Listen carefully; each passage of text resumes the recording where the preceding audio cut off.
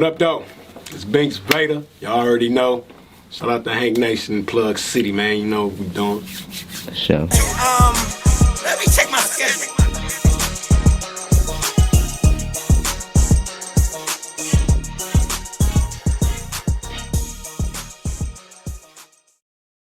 So, welcome to Plug City. Yeah. We got our boy. We're gonna let you introduce yourself. Yeah, Binx B. Binx Vader. Yeah. Big Wall Street. I got a lot of names, the bad guy, you know. Welcome to Plug City, man. Yeah, thanks for having me. Thanks for having me. What's good, Binx? Slow motion, bro. Yeah, man. Talk to me about them names, man. You do got a lot, man. Binx B. I first found out about you as Binx B.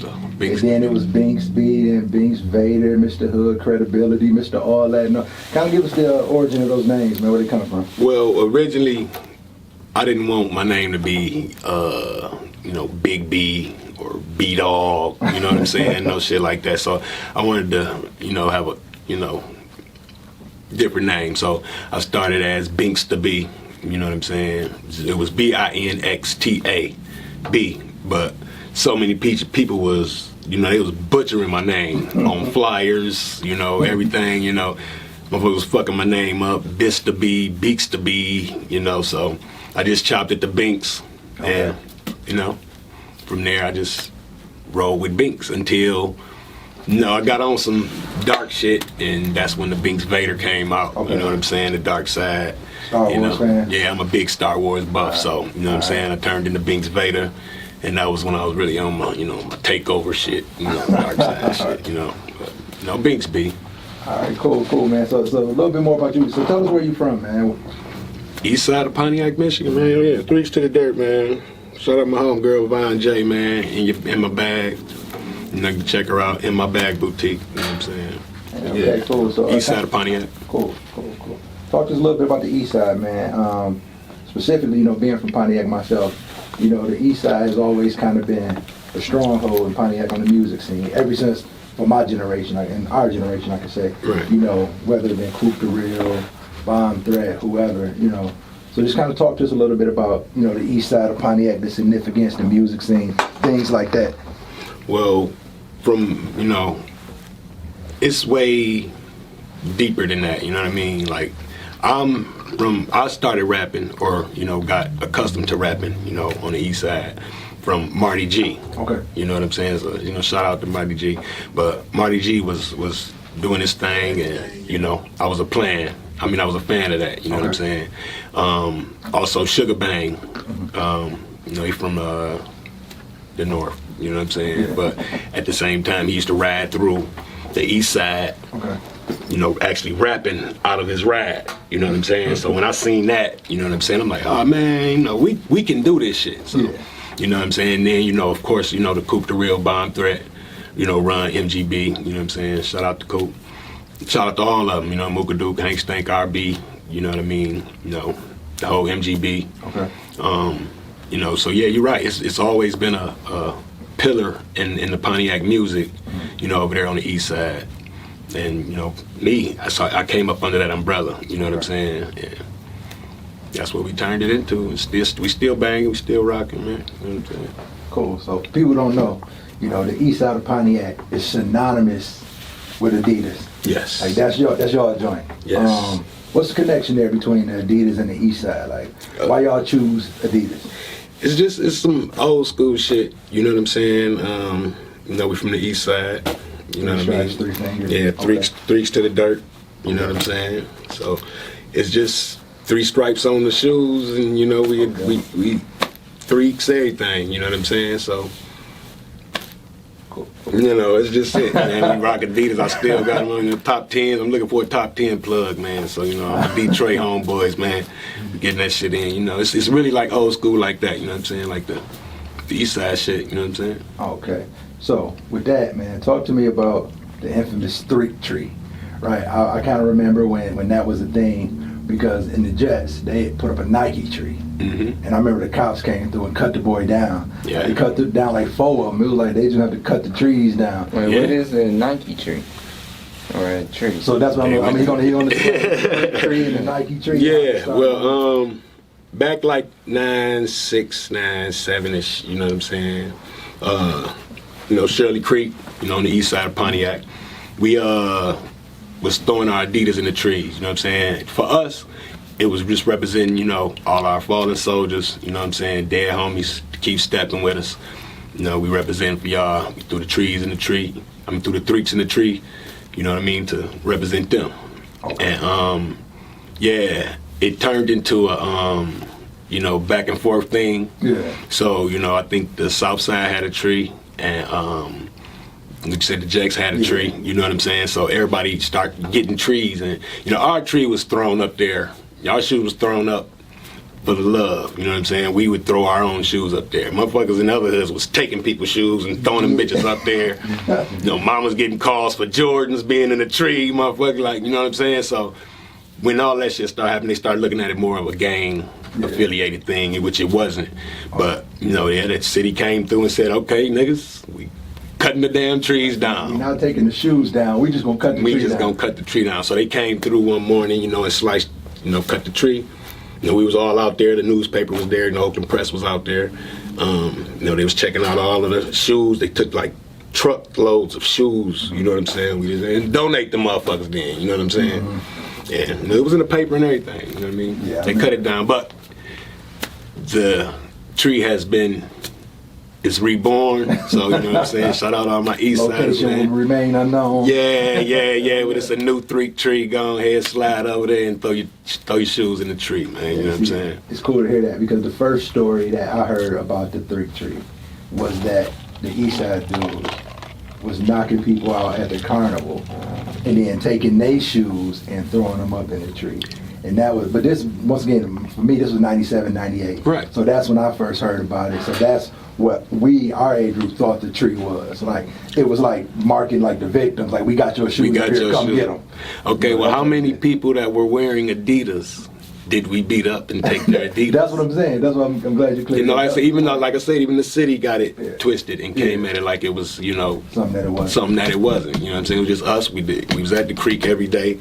You know, the cars lined up and down the motherfucker, you know what I'm saying, had that bitch slapping. So, you know, that's where we was. We put our tree up, you know, they chopped it down, and now we got a new one. So cool. Let's talk a little bit about your music. When I first got hip to Binx, it was the Binx B and B Dandy. Jimmy and B Dad. That y'all was doing. Now, I know you was kind of active before then, but that's just when I got hip to it. So just talk a little bit about your specific start into music, how that came about for you. Well, I started like around about like 95. Mm-hmm. My cousins had came from California, and you know, they was always in the hood they came, you know, kicked it with me, so they was around all my homeboys, and we all ended up getting cool and rapping. So it was two of them, and two of my other homeboys, you know, Chunk and Lion Wine, you know, rest in peace, Chunk, shout out my nigga Lion Wine. Trey 8 and Nelly D, they was from Cali, and we came together and formed a group called the Mob Clique. Okay. I was the oldest one in the group, and I was like 16, you know what I'm saying? Mm-hmm. Which would make the youngest probably 14, you know what I'm saying?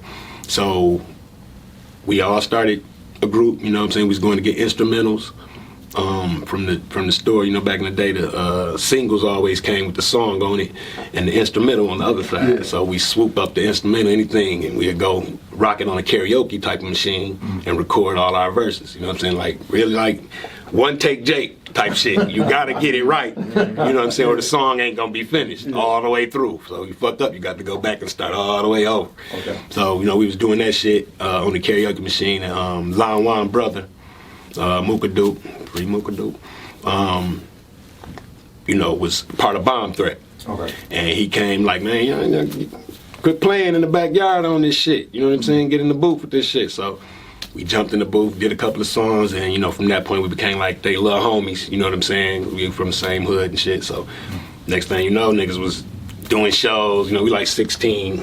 You know, I'm 16 in grown clubs. You know what I'm saying? Doing shows and shit, rapping and shit. So that's how I started. One time on a random tip, I'm in a club, people were performing, and I hear East side, east side, Little east side. nigga. And I'm like, I don't know what's going on, but I feel like I shouldn't be here. Man. Like, talk a little bit about that. That song, it's crazy because I was actually in Cleveland, Ohio. You know what I'm saying? I moved down to Cleveland for a minute. I was actually in Cleveland fucking with the music and shit. And my homeboys called me. They like, nigga, man, motherfuckers up here dissing niggas on the east and woo woo woo. So I'm like, what? Like, yeah, niggas dissing niggas down there, man. You can get back up here and represent for us, man. Ain't nobody represent. So I ended up taking the trip back up here, you know what I'm saying? And went in the booth and dropped that just for them, you know what I'm saying? So I did it and got everybody CDRs, you know what I'm saying, and gave it to all of my homeboys, you know what I'm saying? They used to kick it. And before I knew it, you know, every show, niggas was like, do East Side. So I would do East Side, and then all the East Side motherfuckers in the building would go crazy in that motherfucker. So the DJs that were DJing these parties was like, shit, nigga, I need East Side. It was already there, so get them niggas a disc.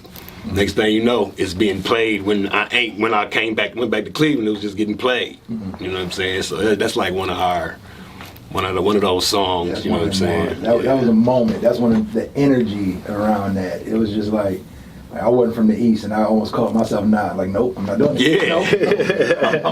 It was one of them, especially, you know, that was around the time, you know, that Nuck If You Buck type music, you know what I'm saying? Tear the club up type shit was going on, so that's what that song was pretty much about. So, since we on the music, on the Mac interview, he mentioned the story of him being in the studio as a kid.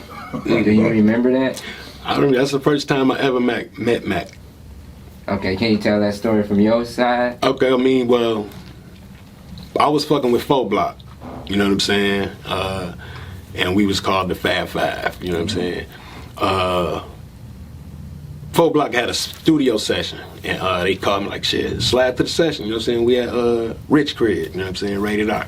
We had Rich Crib, so I slid through, you know what I'm saying? We downstairs in the basement vibing, and, you know, looking for a song we about to do, and the engineer put on some beats, and so I'm like, yeah, this shit go. I'm like, who did this?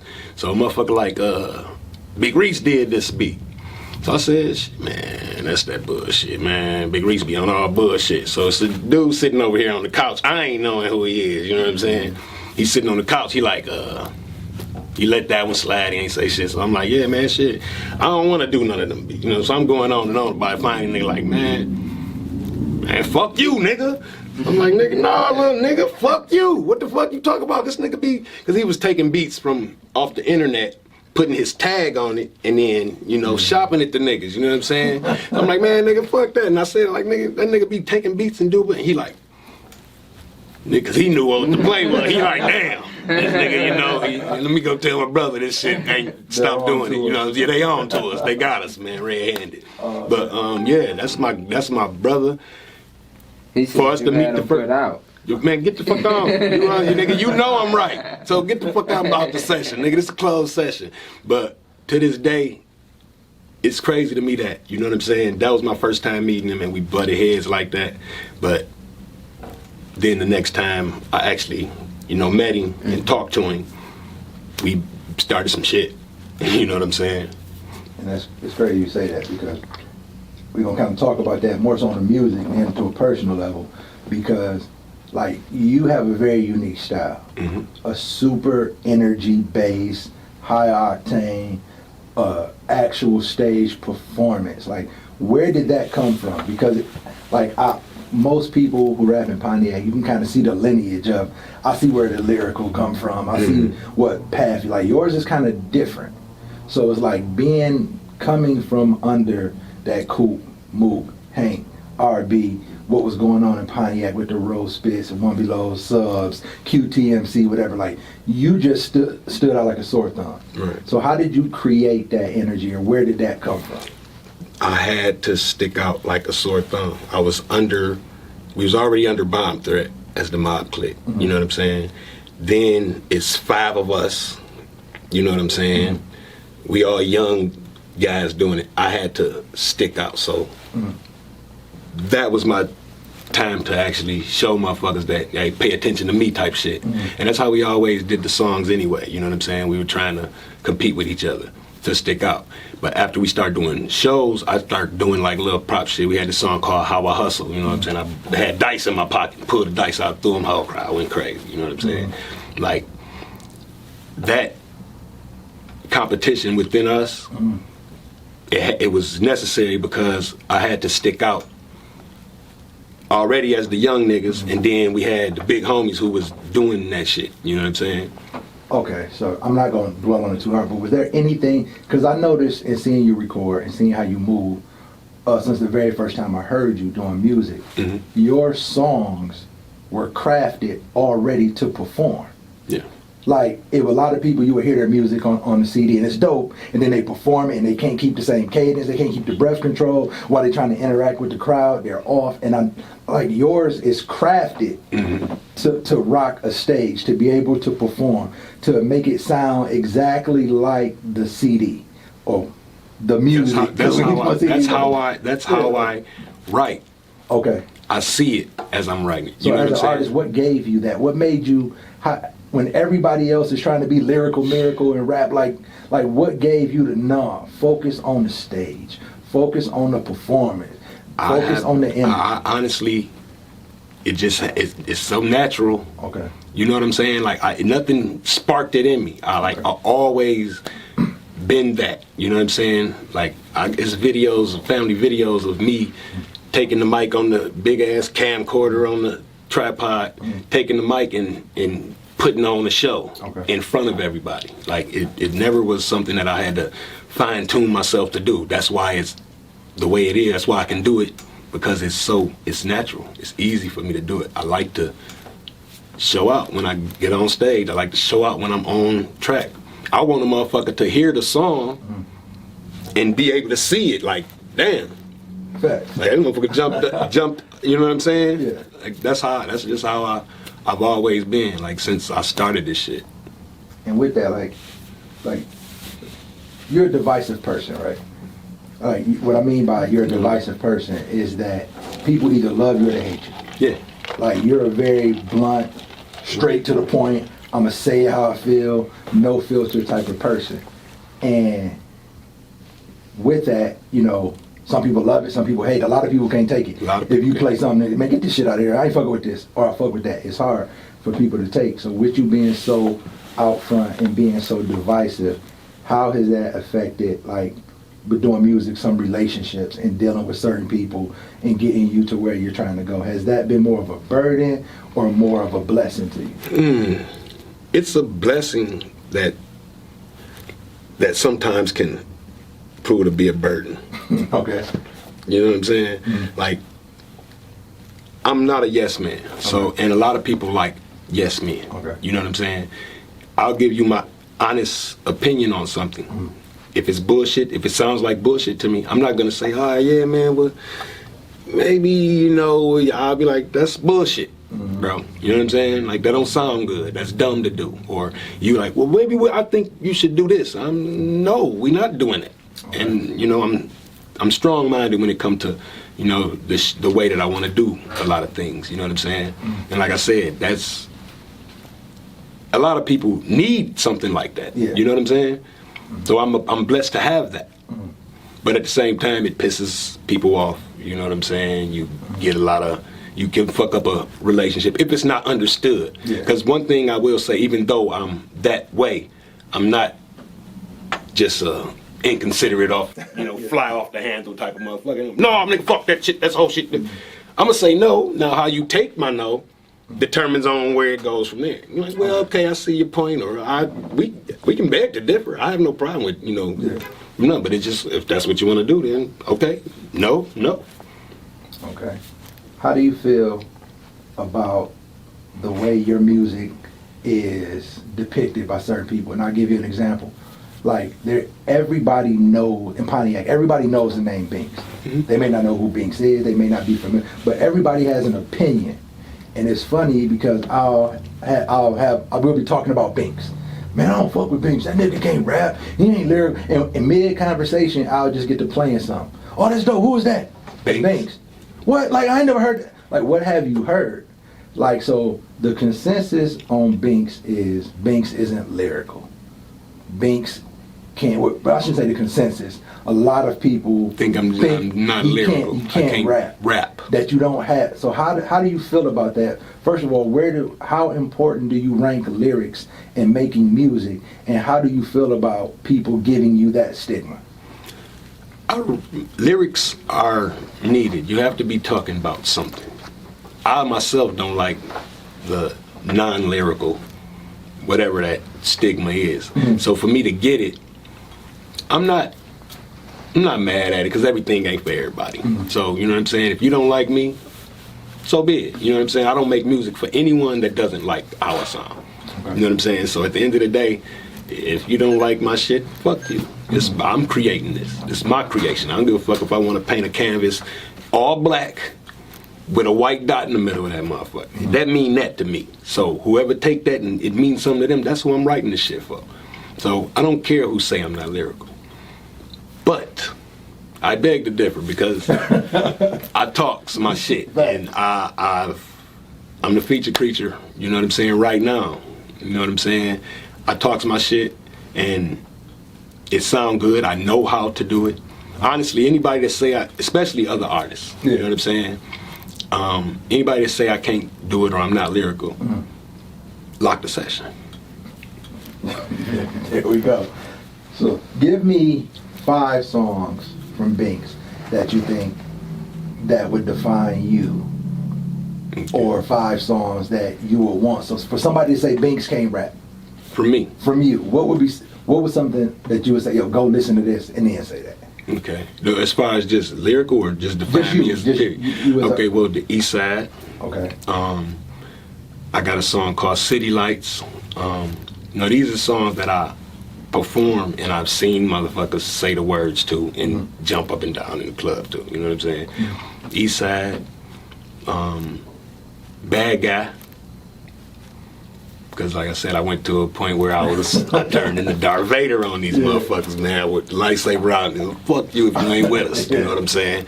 But the Bad Guy, East Side, City Lights. I got a song called In Your City with Fresh Rebel. I'm lyrical too, so like Effective Nostalgia is out right now. Facts. You know what I'm saying? Facts. I'm on that joint with my homeboy Logic and my sis Melody Rutherford. If you don't think that I can spit and rap, shit, go check that out. All platforms. Vices, man. You know what I'm saying? I mean, it should be a video dropping soon, but you know what I'm saying? I don't think I can even speak on that. Hey, take that out. Take that out. Hey, edit that out. Don't even talk about that video that we about to drop or should have dropped and shit. And man, and before we get off the music, I spoke on that in the interview, before. Right. That was I've been got past my Binx ain't lyricals, because that was always what I thought. Right. And that's what everybody would say. So he just rah, get you pumped ass type music. It was dope, but it wasn't like, okay, he ain't Immortal Technique though. Like, I've been got past that. So when we did Vices, it was hilarious. And you watched it. You know what I'm saying? Like, you was there. You were there. And it's because I'm saying, I'm unfiltered too. I don't care. I told you, bro, I'm not laying this verse. Yeah. You went in on that, and it's funny. Everybody who heard that song says the exact same thing. Now that you reached out to me to do that song, I knew what you wanted. You know what I'm saying? You like, shit, dude, I need the Binx. I'm coming to get Binx. You know what I'm saying? So I'm like, bet, I got you. But when I heard the song, you know what I'm saying? Had it been something more in need of some rah-rah hype shit, that's what you would have got. You know what I'm saying? But I'm listening to the shit, you know what I'm saying? I'm listening to the hook, male singing the shit. I'm like, okay, I'm about to rap. I'm about to rap. So, you know what I'm saying? I dropped it, went in that motherfucker, dropped my verse. And Logic was like, I'm like, shit, you up next? And the nigga was like, nigga, I got to go back to the lab. I don't know what the fuck you talking about. That's how you create dope shit, man. But it was funny, I wish I had my camera out, because in that moment, I'm looking at Mag's face, the engineer, shout out to Mag. Yeah. And Mag's just looking at me like, hey, what you gonna do? Yeah. Like Logic hit me back like, hey man, Mags don't really be saying a lot of shit. You know what I'm saying? He shot me the screenshot, but he said, "Nigga, you went in that motherfucker and showed the fuck out." So, you know, dope, salute man. to Mags and Logic, man. Like I said, go get up there and Salute to you too. download all that shit, man. All right, man. Now let's move forward. Let's talk a little bit about battle rap, man. You know, one A little bit, or because shit, we opening up a whole nother chapter of this shit. You know what I'm saying? Because I knew that can go. I know it can go so many different ways. Yeah, man. So I wanted before we got consumed with just battle rap. I wanted to make sure people understood that you're way more multifaceted than just battle rap. Most definitely. You're a staple of Pontiac. Love you, hate you. Like your jersey's going in the rafters. It just is what it is. So it's up there. You've done too much, and a lot of people don't know. So we know that the battle rap is the shit that people want to hear about and all that, but you need to know Binx made music. Yeah, Binx I not only made staple, music, man. right? You know, Small City Entertainment, man. Everybody that was involved with us dropped music, man. Actually did a project and put that project out. You know what I'm saying? And that's what I was on. Like I said, that Binx Vader shit was for real. Dark side, man. I'm a dark side. You know, still love, man. And with that Small City, right before we get into battle rap, it's something important that you just said that I want you to hit on. The Mic Check Monday movement. The Small City Entertainment movement. Billy Gang Charge. At one point... Glad this nigga changed this shit, man. At one point... Man, this nigga, man. Shout out to Ill Will. Shout out to Ill Will for sure, man. He got to charge his phone. He just let everybody know. So at one point, it's still currently to an extent, but at one point, everything the rap in Pontiac went through Binx. I had my hands on. Binx, Mic Check Mondays, Small City birthed other copycats. Yeah. Birthed careers. When Mic Check Monday stopped, a lot of careers died. So talk a little bit about Mic Check Mondays and that whole moment in Pontiac hip hop history and what you really did to create that looking back. Okay, now first off, Mic Check Monday, shout out to OG Mel. Cause Mic Check Monday actually started as like a party and birthday for Dog. You know, coming home and shit, you know what I'm saying?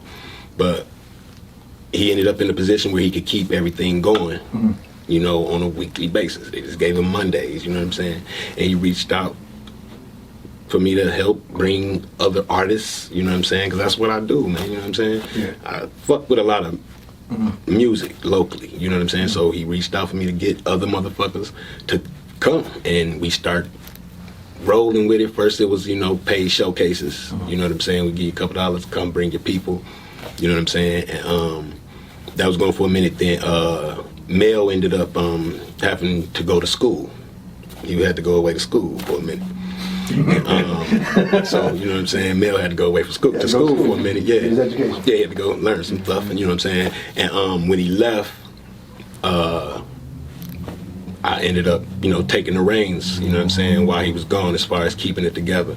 The paid showcases stopped because that's when I actually got to see what was going on with, you know what I'm saying, what Mel had going, you know what I mean?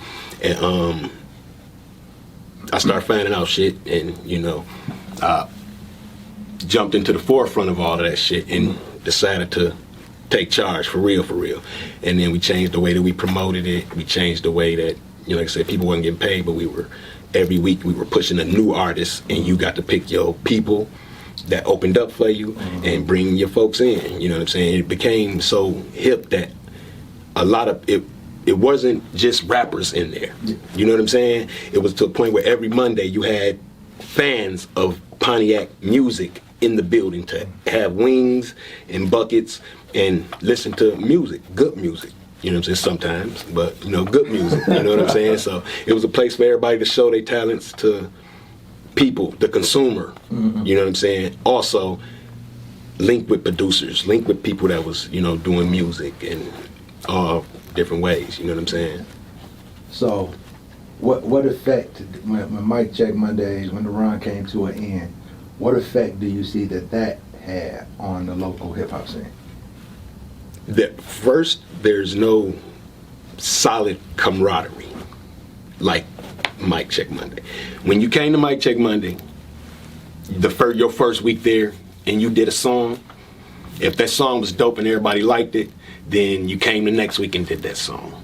And you came the next week and did that song. But that next week you came and did that song, motherfuckers knew it. Shout out to Redda. You know what I'm saying? And this is real shit. Fact. This is songs that Fact. probably would have never been listened to if we wouldn't have put them on the stage to, you know what I'm saying, get them that time to shine. You know what I'm saying?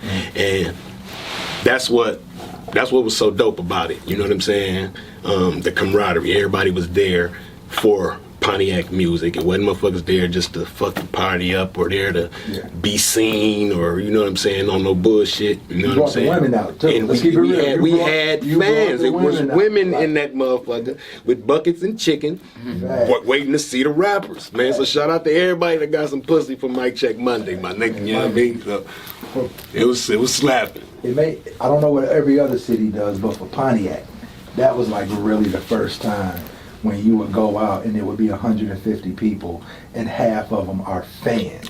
Just pure fans. I'm not here to rap. By the time you get off stage, you done sold 10, 15 CDs. And that's what it was for. Bring your product. Everybody's here. You know what I'm saying? Come with your music, especially if you see people fucking with it. Go drop that shit as fast as you can onto however. You know them CDs back then. Go drop that shit and come next week with that shit. Do you think that energy can be recreated? In today's, the way music is now, can that energy, can that feel be recreated? I honestly don't think so. I don't think it can. But I do think that shit can get better than it is around, you know what I'm saying, Pontiac, on the Pontiac music scene. Not just the Pontiac music scene, like, you know what I'm saying, our music scene here in Michigan, you know what I'm saying? We need more bridges built, and we need to come together and make some shit happen where your fans become my fans, and my fans become your fans, and that's what, you know, Mike Murders did for real. Okay, speaking of the music scene, for this question, we're going to exclude you, we're going to exclude Mac, and we're going to exclude Ill Will. Okay. Who are some of the artists that you see from Pontiac that can kind of push the scene forward, that you're looking at, that kind of excites you to say, okay, they could be next. I like what they doing. I like what they got going on. As far as artists that who are some of the art from Pontiac who you look at, whether you like them or you see them pushing, you know, the scene forward? Okay, excluding my bros. Yeah, excluding your squad, yeah. Okay. Shit, man. Six Side James is dope. Fire. Most Logic is dope as fuck. You know what I mean? A lot of motherfuckers from Pontiac are on, you know, the dope shit, you know what I'm saying? But if you really like, you know, music, man, you know, Logic, that nigga, you know what I'm saying? Appreciate that. But shit, man, it's really a lot of them. Like I said, it's no place like Mic Check Monday where all of these people can actually show what they do. You know what I'm saying? And I would have to hear it to want to, you know, listen to it and fuck with it. It's a lot of artists, you know, doing their thing, but, you know, most definitely salute to my bro, but, you know, Mac. But yeah, outside of that, you know, I fuck with Six Side James. Let me see, B Mark dope.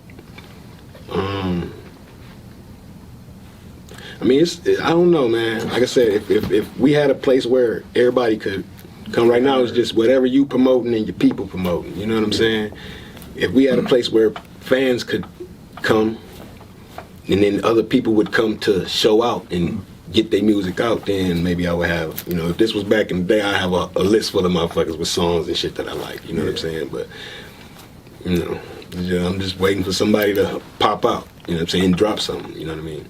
But it's a lot of motherfuckers doing their thing, though, you know what I'm saying? You know, K dropping music, you know what I'm saying? It's crazy, right? Crazy, right? But I guess we'll get into that. Right, crazy, right? But we'll get into that. But you know what I'm saying? Like it's a lot of people working, you know what I'm saying? And I see a lot and hear only what comes across my timeline, you know what I'm saying? As far as that's where I go to listen to niggas, you know what I'm saying? All right, let's talk MMTV. Let's talk Mike Murderers TV. Mike Murderers TV at one point. After Grind Time, it kind of died. When URL was steadily inclining. Mike Murderer's TV at one time. It still is, but at one point it was maybe the second or third, right behind URL, most popular battle rap outlet. Yeah. Like at one point, everything when getting uploaded to the URL page mattered. Mike Murderers it was Mike Murderers and Block City. Yeah.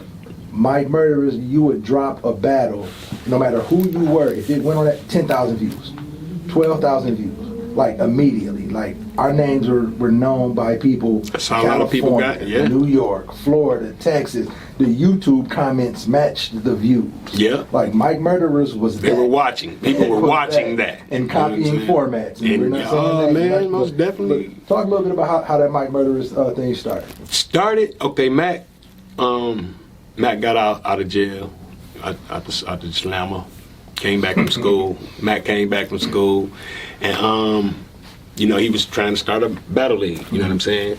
So he was reaching out to artists to see who really fucked with it. At the time, I was doing music with like a coalition of artists from Pontiac. You know what I'm saying? BFE, me.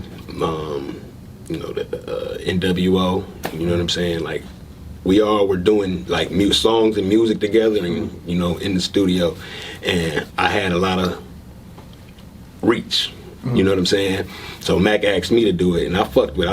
I've been a fan of battle rap like way back anyway. So I fucked with it. So I told him like, shit, yeah, I'll do that shit. Nigga, fuck it. So he locked me against Dre Jones. And there was another battle on there, Little Mike versus Bullets to Don. So it was like two battles, you know what I'm saying? We came for we did like a face-off. We were the first motherfuckers doing face-offs too.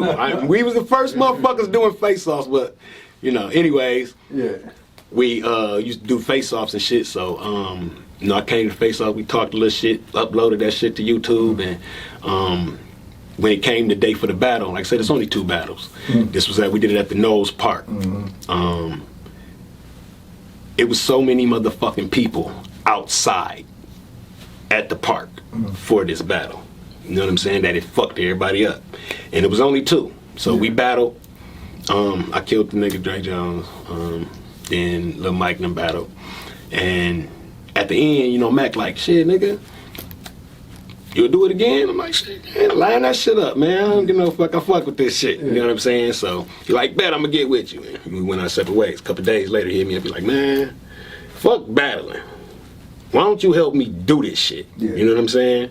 I'm like, shit, bet. I'm with it. So from that point, it was like whoever Matt had versus whoever I could get. You know what I'm saying? Yeah. So the next card we had 4 battles, and uploaded them, and motherfuckers start watching that shit. And then the next one, we had 8 battles. So now people joining in and wanting to do it. You know what I'm saying? Aside, we already know people want to see it because we just did it at the park and a bunch of motherfuckers was there. So now motherfuckers want to do it. Now we just locking battles. We did like 4, 5 cards, outside. You know what I'm saying? Now this is through the summer, and the weather changed. So now we got to go inside. Now, it was a lot of people with connections as far as it goes to getting us indoors, but they didn't want to fuck with no rap shit. Yeah. You know what I'm saying? At the time, in Pontiac, if you threw a urban party that would have rap at it, you had to not only, pay for security in the club and pay for the venue and shit, you also had to pay 2 cops overtime to sit out front of your shit. You know what I'm saying? So everybody was like, no, we're not fucking with rap. We're not fucking with rap. We were, like I said, Pontiac was really fucking with it. So it was a Oakland County Sheriff. Shout out to Gil Garrett, man. But an actual Oakland County Sheriff, one of the outside events, he had pulled up on, and like I said, they dispersed us. and he's seen it for himself. Like, it wasn't we never had no bullshit, so it wasn't no reason for them to come at us like that. But he ended up saying, fuck it. If I can get y'all in somewhere, can y'all stop? You know, can you make sure ain't no bullshit? Ain't no bullshit. You know what I'm saying? So we end up at the SAP Club. That's the that's the police club. You know what I'm saying? So to keep shit from motherfuckers coming with bullshit, we was up in there for like 2-3 events, but people came. You know what I'm saying? You was safe. Wasn't no bullshit gonna go on. You know what I'm saying? And after it really start, you know what I'm saying, picking up and shit, that's when motherfuckers like, shit, throw a battle with us. You know what I'm saying? Come throw a battle downtown. That's my shit. You know what I'm saying? So that's how we start getting into clubs and shit like that. You know what I'm saying? Downtown, around the people. Okay, so from my perspective, the peak of Mike Murderer's TV was March Madness. Which I was gonna get to. Let's talk about it. Boom. I got you, man. Yeah, I got you, man. You know what I'm saying? I got you. But yeah, that's when we start getting into clubs. Okay. You know what I'm saying? So this is pushing around. The winter time is over now. You know what I'm saying? We made it through the winter. You know what I'm saying? And springtime comes. So we did an event called March Madness. Face-offs, all that shit. We had grown so big that now I'm booking, you know, like I said, went from 2 to 4, you know what I'm saying? I booked, I believe it was like 10 battles or something like that on that car. It was a lot of fucking battles on that car, outside of having 5 ciphers with 5 motherfuckers in it. So I'm looking at, I'm dealing with 5 motherfucking artists. I mean, like damn near 50 artists. The venue, I'm running the venue, I'm back and forth, and I'm on the car. You know what I'm saying? Yeah. And we got it at Vision, downtown Pontiac. March Madness was so big that at 3 p.m., we packed a club with maybe like 400 motherfucking people. And they were there for the battles. Like, it's picture this shit. It was a sea of people. Right. That was our peak because we had the following, we had all of the artists. We now were able to be downtown. You know what I'm saying? Where everybody liked to congregate and shit. It was you know what I'm saying? It was moving. You know what I'm saying? And that was our, like I said, yeah, that was our peak. It was to the point where motherfuckers was really getting noticed outside of Pontiac, for real, for real. Now, March Madness, I feel like what set the table for March Madness was 2K11. Yes. At the Crowfoot, the upstairs room. Me versus JC Peters. Yeah, you versus JC battled, I can't think of his name. Zale B. You and Hustle. Mac was supposed to battle Fantastic. I think he was supposed to battle Fabulous. Yeah, Generous. Or Fantastic. Kaboom. Yeah. And I felt that card, a lot of eyes got turned. On that 2K11, that's when I first saw a lot of the older generation who wasn't really, I ain't fucking with that battle right there. They was kind of like, they saw it. It was, motherfuckers was fucking with it. Because I think it was in the Pike Room, and the Pike Room only held like 300. Yeah, if that. It might have been like 220 or something. Yeah. But it was packed. Like, I'm talking, you can't walk from the stage to the back, from the stage to the back wall. Acting, I think that bird, like the Ray Nisha Eat nigga. Like, all of that. Like, and it was just people, it was a lot of people first time really seeing that, yo, they fuck with this. Like, fans fuck with this. Like, I got off stage from my battle, and I shot to Kodak. Kodak had a camera in my face. Like, as I'm walking off the stage, like, yo, what's your name? Like, I'm like, oh shit, I feel like everybody was getting that treatment there. And that springboarded, I feel like, made us comfortable to now let's go to the Vision and do March Madness. And that Binx versus Squeeze, East Side versus East Side, the old versus right now, the lyrical versus the hype versus the lay. Like, the whole setup for that was super. Danielson and Mr. Miyagi. Exactly. So why do you feel like you guys were not able to maintain that? Because at that point, 400 people, everybody wants to battle, everybody's coming out. To this point, still at an event, no fight. Like, to this point, everybody's together. Why do you feel at that peak you were not able to sustain that? Because it got hard for me to book battles. Okay. A lot of people all of a sudden didn't want to battle each other. Okay. And that's what me and Squeeze, that's what I tried to show with me and Squeeze. I don't want to hear, that's your man's, and that's your brother. You got the battle over here. And Squeeze called me out. Really, Squeeze called out Mac first, you know what I'm saying? But he called me out. So I took that as a chance to say, I don't want to hear you ain't battling him or you ain't battling him. This shit new still. You know what I'm saying? If you don't, I couldn't lock no battles. It was I had 20 niggas on the roster, 10 of them niggas wouldn't battle each other. Out of them 10 niggas that won't battle each other, and the niggas over here that I do got to work with, these niggas done damn near battled each other already. Okay. Now I have nothing to lock. Okay. You know what I'm saying? So I ran out of being. I mean, we still got it in because May Power was that card. May Power got niggas on too. You feel what I'm saying? Yes, sir. Yes, sir. That's that battle. Yeah. Poopy doing JC. So we still was able to come and draw people out, and people were still following it. But it was hard for me to lock battles. Competitive battles because people were. I'm not battling them. That's my bro. Was that like from your perspective? Was that like the birth of Scheme Street? Yeah. I mean, Scheme Street was born inside of Mike Murderers. You know what I'm saying? Correct me if I'm wrong. This is kind of how I remember Scheme Street. Scheme and Heeman family. It's the Scheme and Heeman family. Event. I think it wasn't even like a Mike Murderers group. It was like a page. Yeah. And you had reached out to everybody who was battling and was sent everybody inbox and said, yo, for the event, pick a wrestler for yourself, and then pick a wrestler to your opponent to diss them. And it was like, so I was battling J Hustle. I picked like Ultimate Warrior. I picked like Scary Sherry for him. Yeah. And it was kind of that. And a couple of guys who didn't really battle, one guy was shout out to homie, he picked Bobby the Brain Heenan.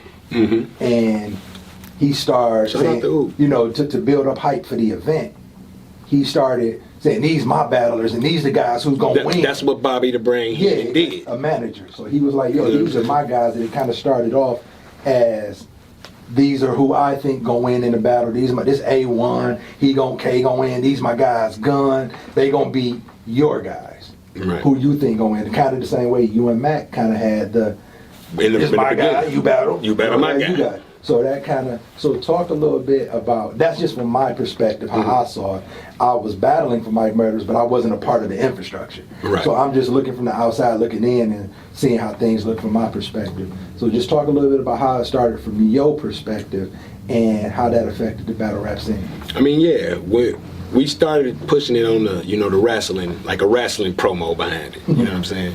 So I was Binx McMahon, shout out to Esmo and all that, Vince McMahon on Instagram, Esmo, man, but I was Binx McMahon, you know what I'm saying? And, we was just pushing it, I was finding pictures and posting up everybody like as the wrestler, you know what I'm saying? And motherfuckers was dissing and talking shit and, putting up videos against each other and, all type of shit, you know what I'm saying? Like I said, Ooh had a lot of rappers that were Scheme and Heenan family. You know what I'm saying? When that started. Now, mind you, at the time, leading up to that was the battle where I had, like I said, I locked like 10 fucking battles. That's 20 motherfuckers. You know what I'm saying? Plus the people that wasn't on the card were in ciphers. You know what I'm saying? So once we got everybody,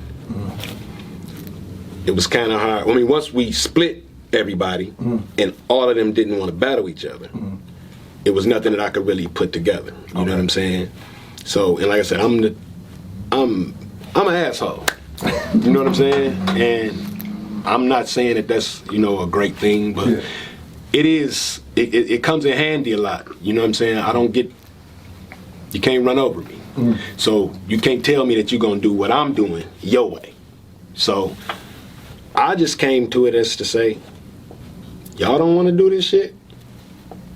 Go over there and do it your way. You know what I'm saying? And that's what they did. So I mean, I've never been mad at that they started their own thing. No, I've never been mad that they started their own thing. The way they went about it is different. That's what caused the shakeup. The way y'all just went and did y'all shit. So are you from your? I'm asking from your perspective. Are you saying although you told them to go do their own thing, if you're saying you took it as y'all was already doing your own thing anyway? Y'all already, the only thing y'all not doing is battling each other. Okay. Outside that, y'all got everything set. Y'all just not battling each other. Okay. So y'all still battling on my platform as y'all. Okay.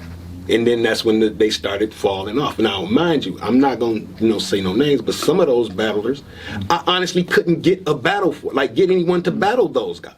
You know what I'm saying? Like I would be like, boom, I got dog for you, and the next person would be like, you ain't got nobody else.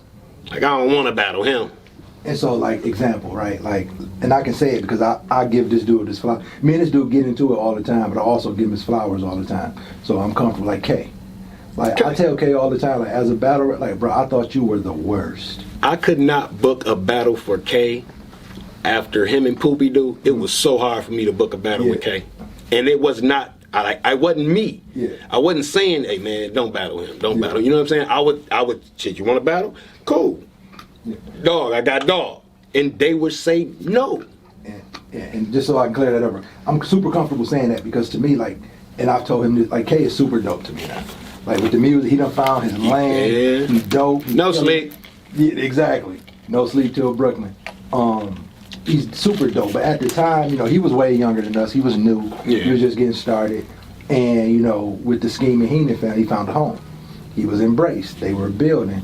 So, yeah, I do have a couple more names that I won't mention just because I haven't gave them their flowers yet. And I'm not real big on, saying things about people that haven't spoke to them. But with K, that was kind of that issue. But I remember Binx being kind of rah-rah about it when it first started. Only because it started with niggas pissing on t-shirts and shit.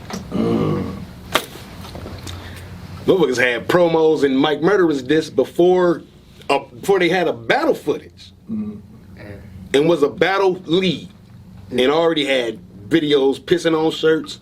Fuck y'all. That, at that point, okay. Rah Binx. Yeah, and it was kind of, because once again, me looking from the outside, I was looking at it more so like, and this was the conversation, I think we had, again, this conversation at Sprout Crib, where it was like, I was looking at it more so from, they just being competitive. I was looking at it more so like, from my point of view, they were still playing WWE, and you was playing pistols and shotguns. Like, bro, y'all, they still doing this stuff as promo for battles. Well, where's the battles? But I'm saying to promo, because they're building now. And they're trying to create, they done took the Scheme and Heenan, made it to Scheme Street, and they're saying, let's create a Scheme and Heenan versus Mike Murderer. So they're trying to create that. So the stuff that they're doing, the pissing on the shirts, the promos, the breaking the CDs, all that type of stuff. We never did none of that. I know, but I'm saying it was, I was looking at them, and it was just strictly business, promo, build up some stuff, and you was more so, and Mike Murders was more so like, nigga, fuck that. Like, nah. When I see you, at the time, because at the time, the brand that is literally just getting the coals in the fucking in the locomotive is they just getting hot. They paying attention, and now the divide. And not only the divide, but this brand that we are building so happily, proud of.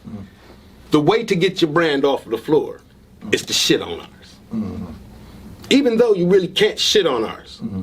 But that's what more or less I had a problem with. I didn't have a problem with anyone starting anything. I don't give a fuck if you do you.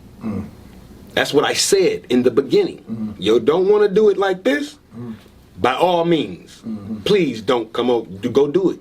But it was the going to do it and fuck y'all that had me, okay, well let's fuck us. Fuck y'all. And in the midst of that going on, there was a lot of ups and downs, a lot of beefs, a lot of turmoil, a lot of You know, and I remember A lot of bullshit. Yeah, and I remember even at that point in time being with them trying to book me for King Street. College calling. College. That's my mama, man. My mama calling me, man. You know what I'm saying? I'm gonna call you back in a minute, mama. Hold on one second. So I remember them trying to book me at the time, like when in the midst of it, I'm like, nah, I can't do that right now. Like, it's just too crazy. I think they were trying to book me and Squeeze on Scheme, and it was just like at that point it had got physical. People start choosing sides. Mm-hmm. You know what I'm saying? Yeah. People started choosing sides. Mm-hmm. And if you weren't, I mean, even fans. Yeah. Shit, me. Right. I mean, I was going to, but I wouldn't go to nothing Scheme Street. I remember that. I would not. Nope, I ain't motherfucking going. I remember that. You know what I'm saying? And that's what it became, and it got to a point where, you know what I'm saying, like I said, it was a lot of bullshit involved, you know what I'm saying? Shit did get physical and shit, you know what I'm saying? But, you know, we here to talk about it now, and all that shit is water under the bridge, so, you know what I'm saying? But yeah, it was, at the time, yeah, I was like, fuck everybody. If you ain't want to fuck with us, then fuck you. And if you ain't fucking with us, then I ain't got nothing to book for you. Yeah. And a lot of my homeboys, or people that felt, you know, Mike Murders was the shit, them niggas didn't book battles over there. And them niggas didn't book battles over here. Just stayed like that. You know what I'm saying? Talk a little bit about what the process of repairing that relationship and because then it got to a point where Binx was coming to Scheme Street Battle. Binx was supporting. Binx was, you know, Mac and championing Will just as much as he was supporting Mike Murderers. You was at every event, whether you were performing or not. If a Mike Murderers artist was there, you were standing behind him, whether they was your mans or not. You battled on Mike Murderers, I'm behind you. Like, you were there. So talk about the process of, you know, rebuilding that bridge and repairing that relationship and what that was like. Okay, Mac and Will talked to me like, man, come to the battle, man. Come to the battle. I'm like, man, fuck that. I ain't going to none of that shit, nigga. Fuck all that shit. They're like, man, fuck that. Yeah, you is. You know what I'm saying? And it's crazy because I was talking to Will a few weeks back, and I told him, like, you know, we was reminiscing on this shit, and I told him, like, you know, it's an episode on Snowfall where Franklin in the ride with Lee, and Lee talk about him, man, this such man, yeah, man, fuck that nigga. I was money, you know, woo woo. And Franklin looked at him and said, man, you know, baby, shut the fuck up, motherfucker. Nigga, it's gonna go like this, so you can get the fuck on, nigga. Go find you another motherfucker plug, nigga. That's what it's gonna be. Now drive, motherfucker. I wish they would have did that to me, because I'm an asshole. You know what I'm saying? I wish Will and Macklin would have did that before all the bullshit and put me in my place. Not to say put me in my place, but, you know what I'm saying, open my eyes to the bigger picture, because I was this our ship. If you ain't on this motherfucker, fuck you. You know what I'm saying? So I do kind of, that fucked up. I mean, it was, I don't know, man. Damn. Yeah. So with that, I mean, the fact that the bridge was able to be repaired. What happened was, they told me, nigga, you gotta go. You going. And it's crazy because I get to the battle, I think it was like Say So versus Michigan or somebody. But now as I'm walking up, the whole motherfucking crowd, whatever battle was going on while I was walking up, like, you could see the whole motherfucking crowd turn around like, nigga, some Binx here. So I'm like, damn. Alright, you know what I'm saying? Like, damn, it ain't too bad, you know, motherfuckers fuck with me for real. I already knew, but it was the event, so I'm thinking that's anti-Binx, you know what I'm saying? But when I rolled up, you know what I'm saying, everybody looked, you know, niggas start getting love and shit, and then just so happened the next battle was like Say So and Gun or something. He Say So used me as an angle against Gun, you know what I'm saying? So I'm like thinking, yeah, nigga, you know what I'm saying? So after that, it was like easier for me to go to a Scheme Street battle, and I attended all of the Scheme Street battles that I could make it to, you know what I'm saying? And like I said, we buried all of the shit. It was a lot of animosity, you know, between the two factions, but it got buried by us growing, learning, because we grew and learned. Honestly, I think as Smack was growing and learning, because like I said, we did March Madness. That had to be like in March of that year. Smack did Summer Madness that year, the first Summer Madness that year. You know what I'm saying? Now, our March Madness, we had lapel mics. Mics got fucked up. Niggas had to use handheld mics. Remember that? Boom. Summer Madness, mics got fucked up. Niggas had to use handheld mics. Smacking was doing motherfucking face-offs and shit. Like a lot of shit that we was doing, people were paying attention. They were paying attention to what we was doing around the world. I think, you know what I'm saying? I mean, a lot of people said it. A lot of leagues now that you. We went through a lot of shit that Smack went through. The division of all of you know, it was a time where Smack couldn't. And all that shit, yeah, because the niggas, you couldn't strike. do. Yeah, the strike, you know what I'm saying? We went through that. We went through that as our growing pains around here. That's why so many motherfuckers, there's so many careers that came up under that umbrella, you know what I'm saying? I ain't trying to say that, you know, Mike Murderers started y'all niggas or, you know what I'm saying, no shit like that, but it's a lot of niggas. I booked their first fucking battle. I booked their first battle, and I didn't write a bar for them niggas. I didn't memorize any of that shit, but I gave you a platform to show that you can do what you're doing. Facts. My Murderers built a lot of Pontiac Detroit bridges. Pontiac, man. It was so many. You talk battle rap. I remember when Calico and them first came out, and the way people, you know, it was a few people who looked at Cal, who knew who Cal was. And like, oh, that's Cal. There was people who didn't, and when they heard, oh, that's some Detroit niggas, and it just looked surprised. Oh, is Detroit niggas fucking with the Yak? Like it was, because it was, like, and that relationship started just by us in Pontiac doing our own thing. They had Animal House down there, you know what I'm saying? Niggas ain't had to fuck with us, you know what I'm saying? But by us doing it and not being on no fuck y'all nigga tip, you know what I'm saying? Yeah. It made motherfuckers want to show up. Yeah. Mo Dirty was in the building. Right. Swave Sever's been in the building. X Factor. X Factor's been in the Marv, building. Clean's Quest. been in the building. Marv, Quest. The list goes on and on. And we did not have to. We didn't have to reach out for that. It wasn't like, hey man, yeah, we doing it. They just heard it through the grapevine and ended up there. You know what I'm saying? They came to see it. It was a lot of support in that shit, and it was coming from Detroit, which made us want to fuck with Detroit. Now, like I said, they had the whole Animal House shit, but the Animal House shit was kind of, you know, tanking at the time. You know what I'm saying? They didn't have the roster that we had. Yeah. You know what I'm saying? We was deep. They didn't have too many motherfuckers. So Clean, shout out to Clean Paper, man.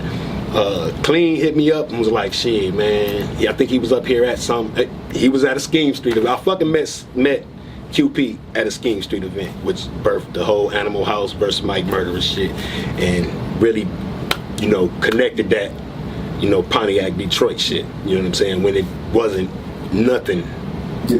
you know, wasn't nobody fucking with nobody like that. You know what I'm saying? Yeah, we connected with them, and So how do you that was feel the beginning of the Detroit Pontiac shit. as a business owner when you can look back and see the direct linkage between what you started with Mike Murderers, Scheme Street, to Goon Room, Alpha League. to Alpha League, when you Salute the just, dollar.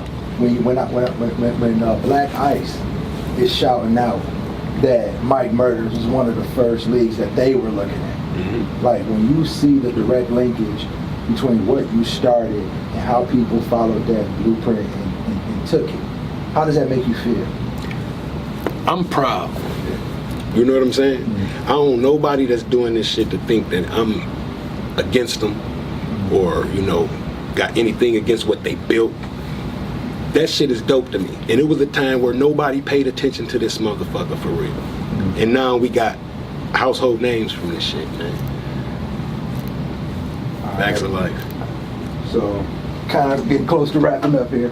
So I'm gonna borrow something from Mike Ice that he hit me with. But what he like to do is, at the end of the interview, give you a word or a phrase, and you have to respond. You only get one word to respond. So a one-word answer, a word connection type of deal. I'll throw it out there. You give a one-word response. So we'll start with Mike, MMTV. Mac, Ill Will. go. Small City Entertainment. Trailblazers. Coop the Real. I don't know what's after what, like legend, icon, the myth, the man, the man, big bro, brother. East Side. Me. Pontiac. Noticed. Shirley. The hood, man. My heart. Scheme Street. Trailblazers. Adidas. Forever. Binx B. More than anybody fucking know, man.